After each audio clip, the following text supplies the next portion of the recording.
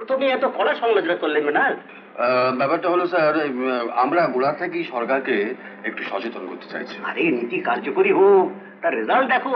কিন্তু তখন অনেক দেরি হয়ে যাবে স্যার। প্ল্যানিং একটা ফাঁক রয়ে গেছে, সেটা যদি ঠিকমতো কার্যকরী না হয় তাহলে জনসাধারণ বিপদে পড়তে পারে। সেই জন্যই গোড়া থেকেই সরকারকে আমরা সজাগ করতে চাইছি।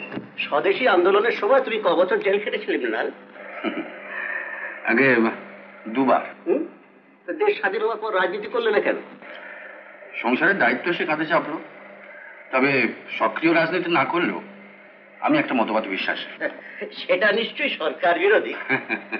কেন স্যার, আমার সম্পাদকীয় লেখাটা কি আপনার পছন্দ হয়নি? না না, ঠিক আছে ঠিক আছে, চলবে। মৃণাল, আমাদের প্রধানমন্ত্রী আজকে অ্যাপ্রিসিয়েশন কনফারেন্সে উদ্বোধনী যে বক্তৃতা দিয়েছেন তার রিপোর্ট একটু দেখে দিও। আমি তাহলে এখন উঠলাম।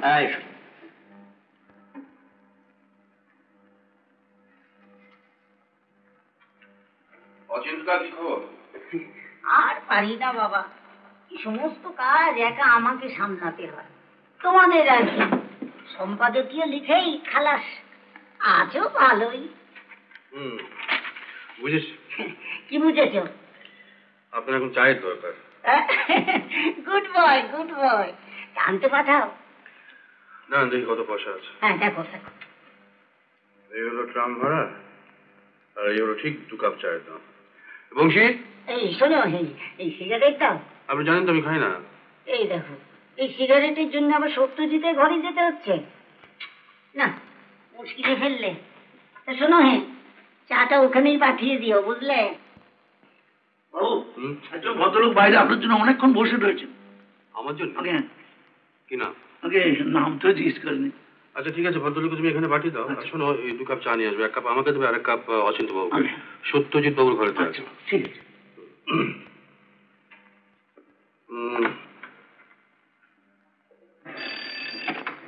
হ্যালো হ্যালো অরবিন্দ, ওই প্রধানমন্ত্রীর বক্তৃতার কপিটা পাঠিয়ে দিন ভাই। আমি এখনই পাঠিয়ে দিচ্ছি দাদা।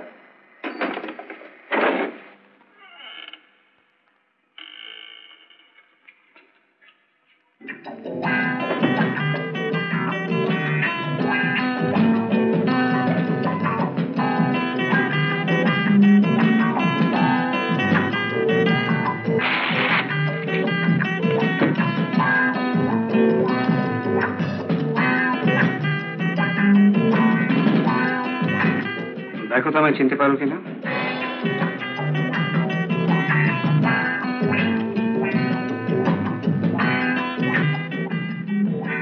সত্যি চিনতে পারছো না?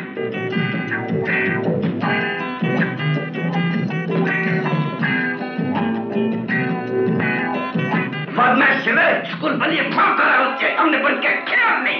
পাজি বাচ্চা, তোকে লজ্জা কাউকে ছেড়ে দাও। গণ্ডমূর্খ থেকে সারা জীবন আমাদের জ্বালাবে, এ তোমার আমি বলে রেখেছিলাম। যা করতে যা, তোর জন্য হয়েছে যত অশান্তি আমাদের। যাতে শান্তি পাও সেই ব্যবস্থাই আমি করছি।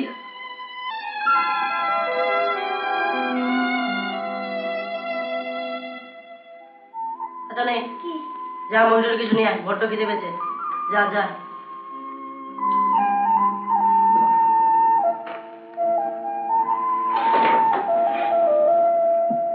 তোর জন্য বাবা ভীষণ কষ্ট পাচ্ছি কুনাল। সামনে পরীক্ষা, অথচ তুই 3 দিন স্কুলে যাসনি। আমি তো বলেছি পড়াশোনা আমার একদম ভালো লাগে না। 2 বার ফেল করার পরে কি তোমরা বুঝতে পারো না দাদা? আরো চেষ্টা কর, মন দিয়ে পড়াশোনা কর। না, আমার দ্বারা পড়াশোনা হবে না। কুনালদা, আরে কি আশ্চর্য, কি আশ্চর্য। তুই একদিন ছিলি কোথায়? বম্বে থেকে কাল এসছি, গ্রেট ইস্টার্ন হোটেলে উঠেছি। আচ্ছা বস বস বস। রাম, আমার খবর পেলে কি করে? তুমি যে কাগজের অফিসে কাজ করছো আমি জানতাম। আচ্ছা তোর সঙ্গে কতদিন পরে দেখা বলতো? প্রায় 1 যুগ পরে। একটা খবর দিস না কেন? ইচ্ছে করেই। প্রতিজ্ঞা করেছিলাম জীবনে এস্টাবলিশ না হওয়া পর্যন্ত তোমাদের সঙ্গে একদম যোগাযোগ রাখবো না। এই শোন, তুই কিছু খাবি? চা টোস্ট কিছু বলবো? না, চলো বাড়ি যাওয়া যাক। বাড়ি যাবি? বাবা মা ভীষণ খুশি হবে।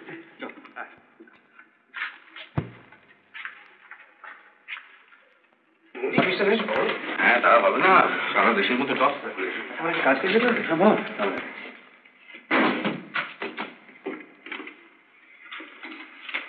সেটা কালকে কাউকে ছেড়ে দিতে পারবে?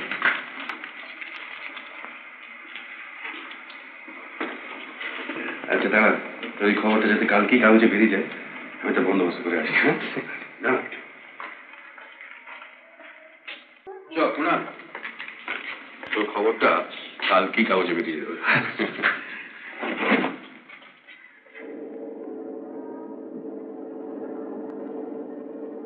তোদের কোম্পানির নামটা দেখলাম বেশ গান ভরা।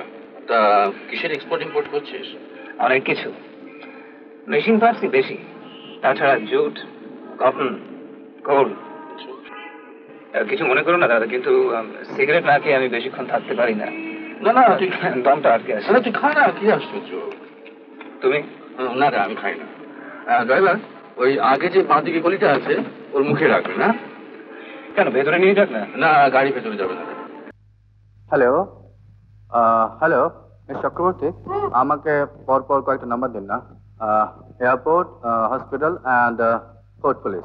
তা দিচ্ছি, কিন্তু এতক্ষণ ছিলেন কোথায়? বাবা, হঠাৎ একজন সামান্য রিপোর্টার এত খবর নিচ্ছে? ধরুন, এক ভদ্রমহিলা আপনাকে অনেকবার ফোন করেছিলেন। নাম্বারটা নিয়ে রেখেছেন নাকি? দেখি আর। হ্যালো হ্যালো হ্যালো হ্যালো, বলুন বলুন। নমস্কার, কি খবর বলুন। আর কি খবর? আপনাকে তো পাওয়াই যায় না। আপনি কি আগেও ফোন করেছিলেন? কি আশ্চর্য, আপনাকে কেউ বলেনি? আর বলবেন না, আমাদের অবস্থা না একেবারে হরিঘোষের গোয়াল। কেন, সেই অপারেটর ভদ্রমহিলা আপনাকে বলেনি? বলেছি। সর্বনাশ, আপনি মাঝখানে আড়ি পাচ্ছেন নাকি? Please please. কেউ নেই? মিস গার্গী চক্রবর্তী। আপনার সঙ্গে ওর বুঝি বিশেষ পরিচয়? আপনার মাথায় কি ছোটখাটো কোনো প্রেমের গল্পের প্লট এলো? প্লট একটা এসেছে মাথায়, আপনার সঙ্গে দেখা হলে ডেভেলপ করবো। কাল দেখা হবে। কাল বিকেলে কি করছেন? কাল কাল কলেজ, তারপর ন্যাশনাল লাইব্রেরিতে পড়তে যাচ্ছি। বেরোতে বেরোতে 5টা বেজে যাবে। পাশে কিন্তু হর্টিকালচার, আমি কি ওখানে আপনার জন্য অপেক্ষা করবো? করবেন?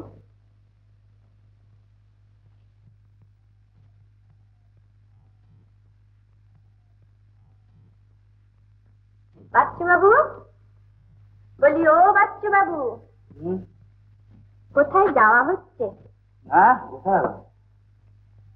সত্যি কথা বলো, কোন মেয়ের সঙ্গে তোমার অ্যাপয়েন্টমেন্ট নেই? মেয়ের সঙ্গে অ্যাপয়েন্টমেন্ট আমার? দুলাবতী, এই হাসালে। আমার সঙ্গে চালাকি করো না মশাই, তোমার চাল চলন দেখে আমি সব বুঝতে পারি। চাল চালানো কি আবার ধরা পড়লো? বাবা, বাড়ি ফিরে জামা ইস্ত্রি, জুতো পালিশ, যে জীবন এসব কাজে ধার কাট দিয়ে গেল না। দুলাবতী, ওয়ান্ডারফুল, রিয়েলি ওয়ান্ডারফুল।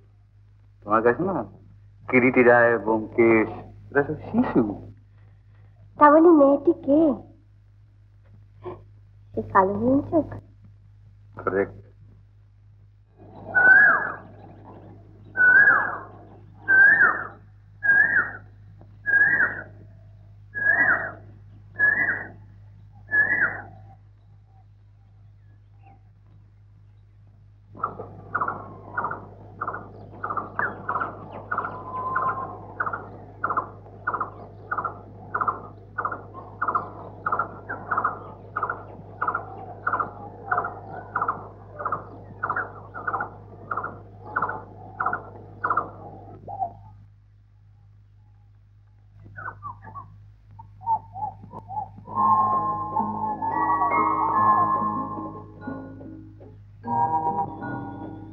লাইব্রেরি থেকে বেরোতে দেরি হয়ে গেল। আপনাকে না দেখে ভাবছিলাম আমার দেরি দেখে আপনি হয়তো চলেই গেলেন। আমারও ঠিক একই অবস্থা, আমিও আপনার খোঁজে ওই দিকটা চলে গিয়েছিলাম।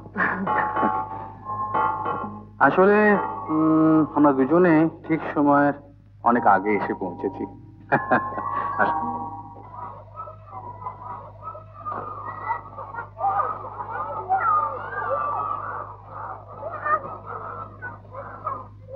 পৃথিবীর সবচেয়ে পবিত্র দৃশ্য।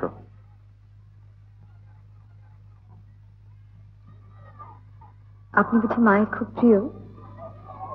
আমার মা নেই। ক্ষমা করবেন, আমি হয়তো অজান্তে আপনার বেদনার স্থানে আঘাত দিয়ে ফেললাম।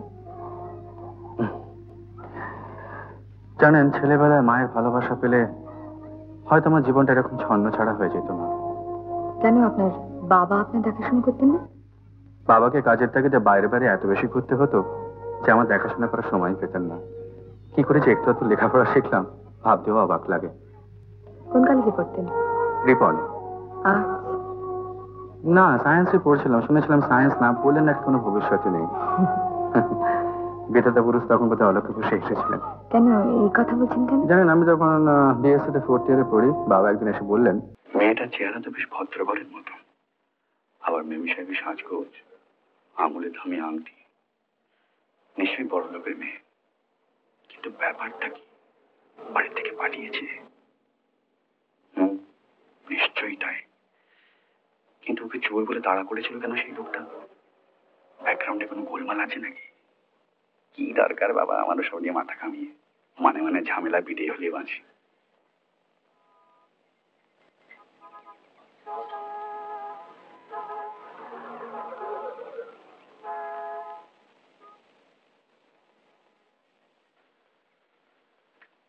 এখন কিছুটা ভালো লাগছে? চলো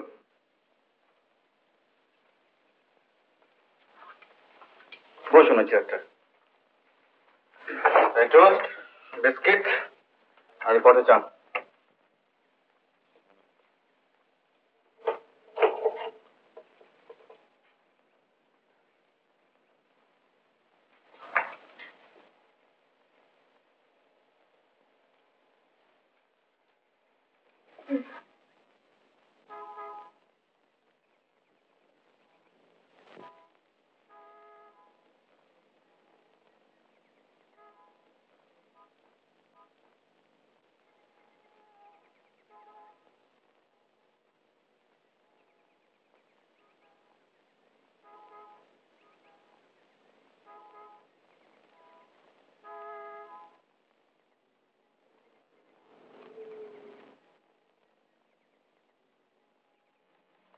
ডিম আছে, অমলেট বা পোচ টোচ কিছু খাবেন?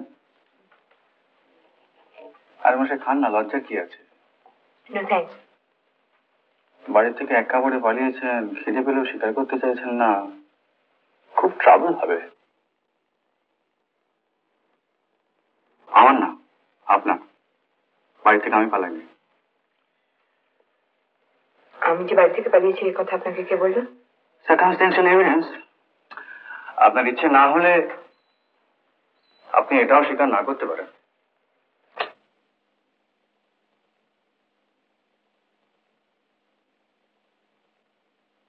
মৌনম সম্মতি লক্ষণম, কি বলেন?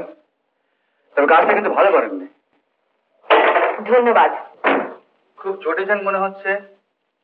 আরে আমি জানি বলেই বলছি, আমি একবার বাড়ি থেকে পালিয়েছিলাম, ভীষণ বেগ পেতে হয়েছিল, সে প্রায় ফিনিশ হওয়ার জোগাড়, বলার জোরে টিকে গেছি।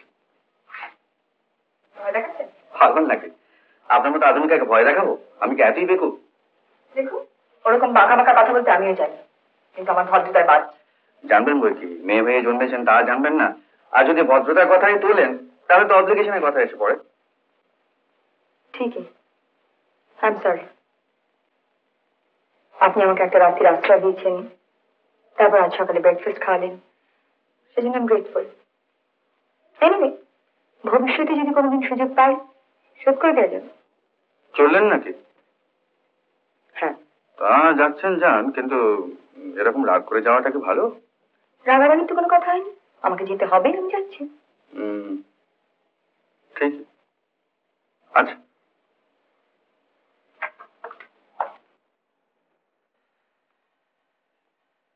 আরে শুনুন, কালকে রাত্রে আমি কিছু চুরি টুরি করি।